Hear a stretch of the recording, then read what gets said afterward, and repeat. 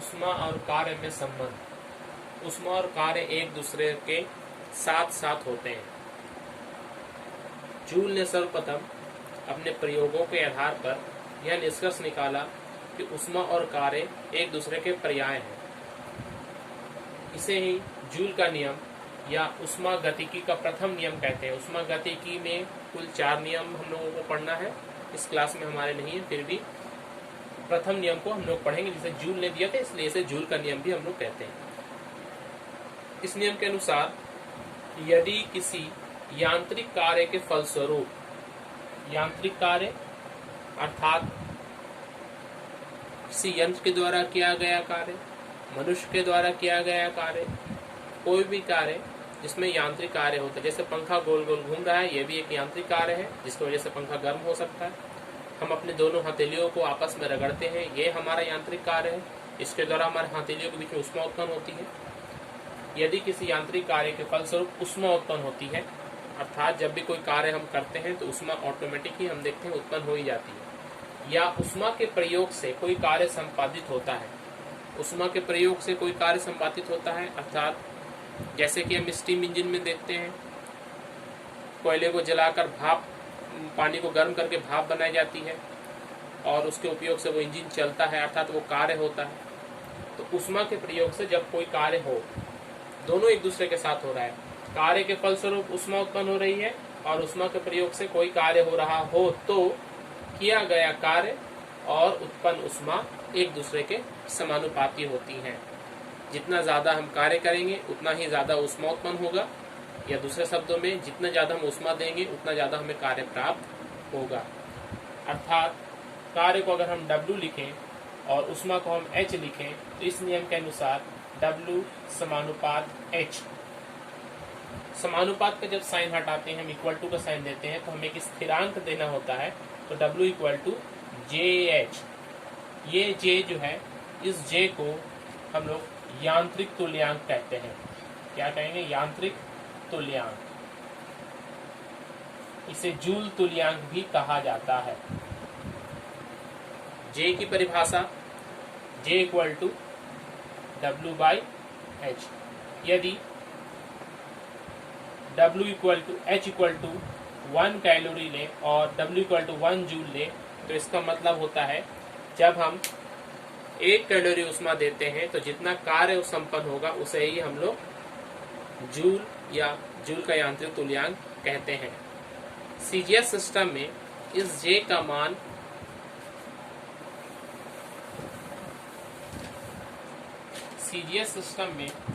J equal to होता है 4.2 into 10⁷ अर्ग पर calorie. This is in CGS system. ऐसा ही सिस्टम में J का मान होता है 4.2 जूल पर कैलोरी। अर्थात जब हम 1 कैलोरी उष्मा देते हैं तो हम 4.2 जूल कार्य करते हैं। 126 जूल कार्य करने पर कितनी उष्मा उत्पन्न होगी? हमारे पास फॉर्मूला है W इक्वल टू JH। उष्मा निकालना है हमें, तो H is equal to W by J। यहाँ W कार्य है 126, J का वैल्यू चूंकि यहाँ जूल है तो J का वैल्यू हम लोग ऐसा सिस्टम में ही लेंगे 4.2। जो आंसर आएगा वो उष्मा का इकाई यानी कि कैलोरी आएगा। डिवाइड करना है, 4.2 ऊपर में 10 हो गया, नीचे में 42। 42 के टेबल में 126 3 टाइम्स में जाते हैं तो 3 इंटू 10 30 कैलोरी उष्मा उत्पन्न होगी।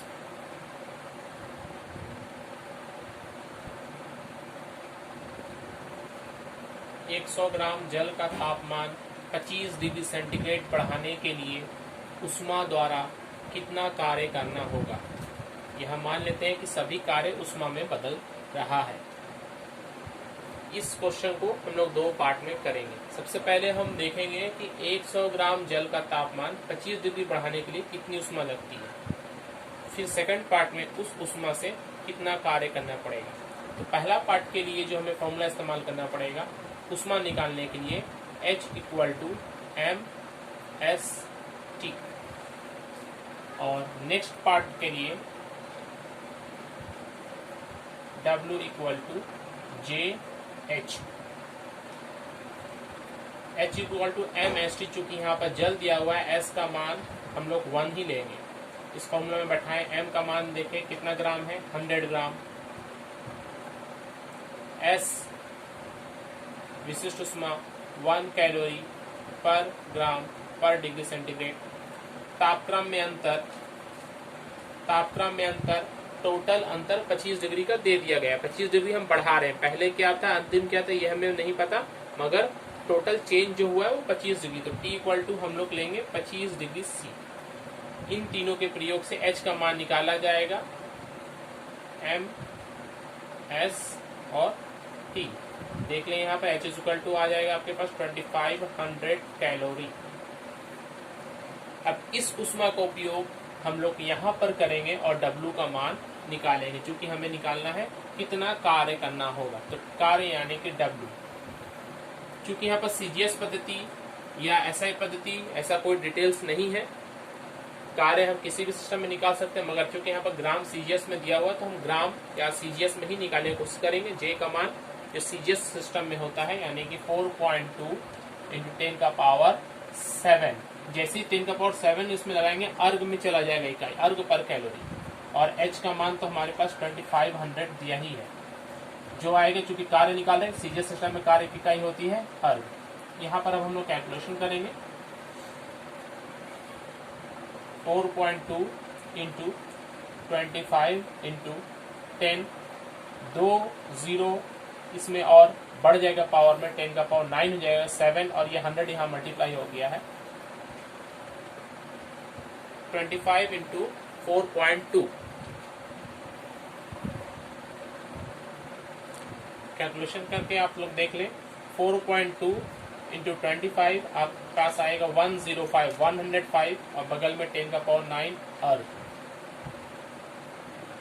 यहाँ पर अगर एक डिजिट हम लोग करेंगे 10.5 करेंगे तो एक पॉइंट यहाँ पर देने की वजह से यह एक पावर बढ़ जाएगा 10 का पावर 10 अर्ग। दोनों ही रूप में आप आंसर को लिख सकते हैं, कोई दिक्कत नहीं है। अर्थात हमें टोटल जो कार्य करना पड़ेगा वो 10 का पावर 5 इंटू 10 का पावर 10 और 10.5 इंटू 10 का पावर 10 अर्ग।